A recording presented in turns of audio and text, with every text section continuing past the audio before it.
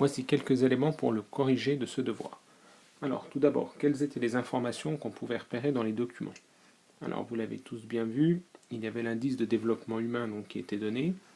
Il fallait évidemment absolument expliquer les 3 éléments qui le composaient. On ne peut pas simplement dire IDH et ne pas le définir. Ensuite, les 4 classes proposées donc permettaient de différencier des situations entre les pays. Attention à la case sur l'IDH en régression ou en stagnation, puisque effectivement certains d'entre vous ont mal identifié et ont pensé qu'il s'agissait de la Norvège. Or, la Norvège est ici et elle n'est donc pas concernée. En revanche, le pays qui est concerné notamment, c'est la Russie. Dans cette deuxième carte, on avait parmi les informations disponibles l'évolution de la croissance du PIB sur une période de 10 ans, avec effectivement des taux qui apparaissaient ici. On avait ensuite un autre type d'information puisqu'on nous parlait de groupes, notamment le G8, le G20.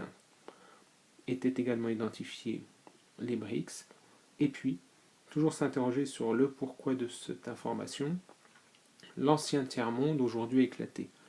Donc ça pouvait éventuellement faire un lien pour montrer la fragmentation du monde. Dans la présentation des documents, n'oubliez pas quand même quelques points, à savoir, bien préciser qu'il s'agissait de cartes géoéconomiques et géopolitiques, et puis vous pouviez notamment signifier qu'on avait affaire ici à 2 projections différentes. Vous pouviez aussi insister sur le fait que les données étaient assez récentes, même si dans le deuxième document, on voit effectivement un petit différentiel entre 2001 et 2010. Et puis, ça peut être l'occasion de terminer l'introduction en disant qu'il est nécessaire de croiser les cartes pour avoir une approche du monde, et ensuite vous annoncer rapidement le plan que vous allez suivre qui correspond aux 2 parties. Au niveau du plan et des idées, la première partie parlait donc des inégalités du monde. Alors, dans cette partie sur les inégalités du monde, il fallait essayer d'adopter donc un ordre possible en parlant par exemple des contrastes de richesse, et là vous vous appuyez sur l'IDH, bien insister sur le fait qu'on a affaire à des contrastes à toutes les échelles, et puis aussi effectivement le fait qu'il y avait des nords, des suds, et puis vous pouviez aussi évoquer donc la question de la triade, puis la question donc des PMA, en pensant à situer et également évidemment à définir cette abréviation.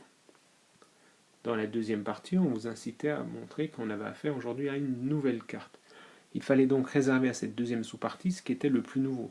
Donc montrer que l'ancien tiers-monde était terminé et qu'il y avait la fragmentation du monde, montrer la nécessité de passer de G8 à G20, montrer également l'idée de BRICS et du coup montrer également qu'aujourd'hui la notion de puissance devient essentielle.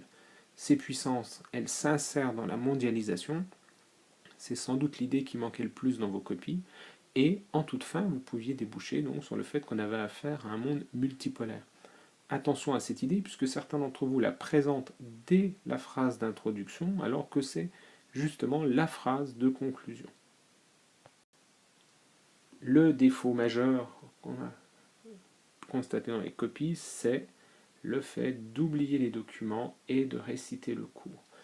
Vraiment, l'idée essentielle, c'est de vous dire, je cite un extrait du document, puis je déroule le cours. Ce n'est jamais je déroule le cours et à un moment donné j'essaie de trouver quelque chose dans le document, puisque c'est là que vous allez longuement développer les choses et finalement vous éloigner de l'esprit de l'épreuve qui est bien une étude d'un document.